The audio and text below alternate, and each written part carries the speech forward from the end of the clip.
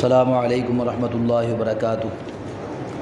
الحمدللہ وکفا والصلاة والسلام علی رسول اللہ، اما بعد، عن ام سلمہ رضی اللہ تعالی عنہ قالت صلی رسول اللہ صلی اللہ علیہ وسلم العصر ثم دخل بیتی فصلی رکعتین فسألته فقال شغلت عن رکعتین بعد الظہر فصلیتهما الآن قلت افنقضیہما اذا فاتتا قال لا، اخرجہ احمد ولی ابی داود عن عائشہ رضی اللہ تعالی عنہ بمعنہ۔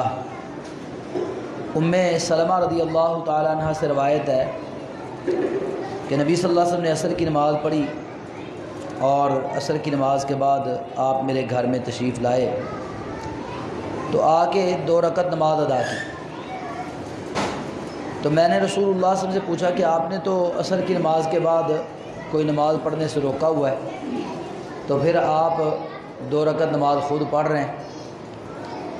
تو نبی صلی اللہ علیہ وسلم نے فرمایا کہ شغلت عن رکعتین بعد الظہر، ظہر کے بعد جو میری 2 سنتیں ہوتی ہیں، جو 2 رکعتیں پڑھتا ہوں، وہ میری رہ گئی تھیں۔ فصلیتہما الآن، تو اب میں نے وہ پڑھ لی ہیں، وہ جو ظہر والی رہتی تھی وہی سنتیں اب پڑھی ہیں۔ تو قلت افنقضیہما اذا فاتتا، میں نے پوچھا کہ آپ نے سنتوں کی قضا ادا کی ہے، تو اگر کبھی ہماری سنتیں رہ جائیں تو ہم بھی ان کی قضا ادا کریں؟ قال لا، تو آپ نے فرمایا کہ نہیں، آپ کو ضرورت نہیں ہے۔ اس حدیث میں بہت ساری باتیں سمجھنے کے قابل ہیں۔ یہاں پر حافظ بن حجر عسقلانی رحمہ اللہ تعالیٰ نے جس مقصد کے لیے یہ حدیث بیان کی ہے وہ یہ ہے کہ عصر کی نماز کے بعد کوئی نماز نہیں پڑھنی۔ جب آپ نے عصر کی نماز پڑھ لی ہے تو اس کے بعد اب کوئی نماز پڑھنے کی ضرورت نہیں اور اجازت بھی نہیں، جب تک سورج غروب نہیں ہو جاتا۔ اور دوسری بات اس حدیث سے جو سمجھا رہے ہیں امام صاحب وہ یہ ہے کہ عام طور پر تو نماز پڑھنا منع ہے عصر کے بعد، لیکن اگر کوئی ضرورت پڑ جائے، کوئی سبب بن جائے، تو بطور سبب کوئی نہ کوئی نماز اگر ہے تو وہ پڑھی جا سکتی ہے۔ جیسا کہ کسی نماز کی قضا ادا کرنی ہے تو نماز کی قضا دی جا سکتی ہے۔ اسی طرح نماز استخارہ اگر کسی نے پڑھنی ہے تو وہ پڑھی جا سکتی ہے۔ صلاۃ الحاجہ، صلاۃ التوبہ پڑھی جا سکتی ہے، نماز جنازہ پڑھی جا سکتی ہے۔ مسجد میں آئے ہیں، بیٹھنے سے پہلے 2 رکعتیں پڑھنی ہیں، تحیۃ المسجد، وہ پڑھے جا سکتے ہیں۔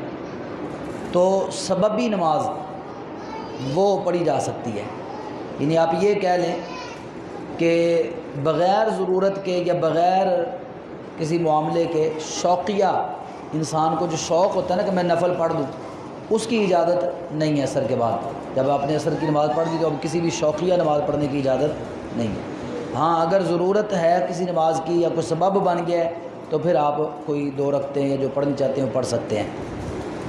اس کے اندر تیسری بات وہ سمجھائی جا رہی ہے وہ یہ ہے کہ اماں جی ام سلمہ رضی اللہ تعالیٰ عنہ نے رسول اللہ صلی اللہ علیہ وسلم کو جب سنتوں کی قضا دیتے ہوئے دیکھا تو یہ سوال کیا کہ اگر ہماری سنتیں رہ جائیں تو ہم بھی قضا ادا کریں؟ جس طرح فرضوں کی قضا ہوتی نا، فرض رہ جائیں تو ان کی قضا ادا کرنا لازم ہے، تو کیا سنتوں کی بھی قضا ہے؟ تو رسول اللہ صلی اللہ علیہ وسلم نے فرمایا کہ نہیں۔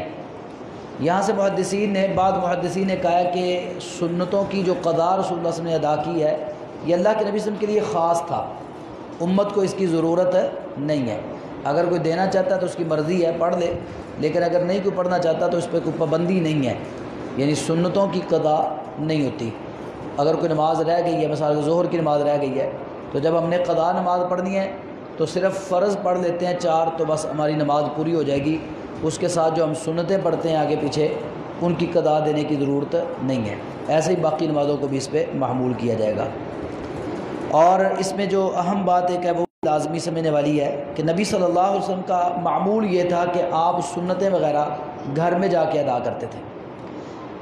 اللہ کے رسول صلی اللہ علیہ وسلم نے حکم بھی دیا ہے کہ نفل نماز جو ہے وہ گھر میں پڑھا کریں، اور رسول اللہ صلی اللہ علیہ وسلم کی جو دن کی سنت موقدہ جو ہم نے پہلے بھی پڑھی ہیں، تو یہ جو سنت موقدہ ہوتی تھی وہ بھی اکثر آپ کی گھر میں ہی ہوتی تھی۔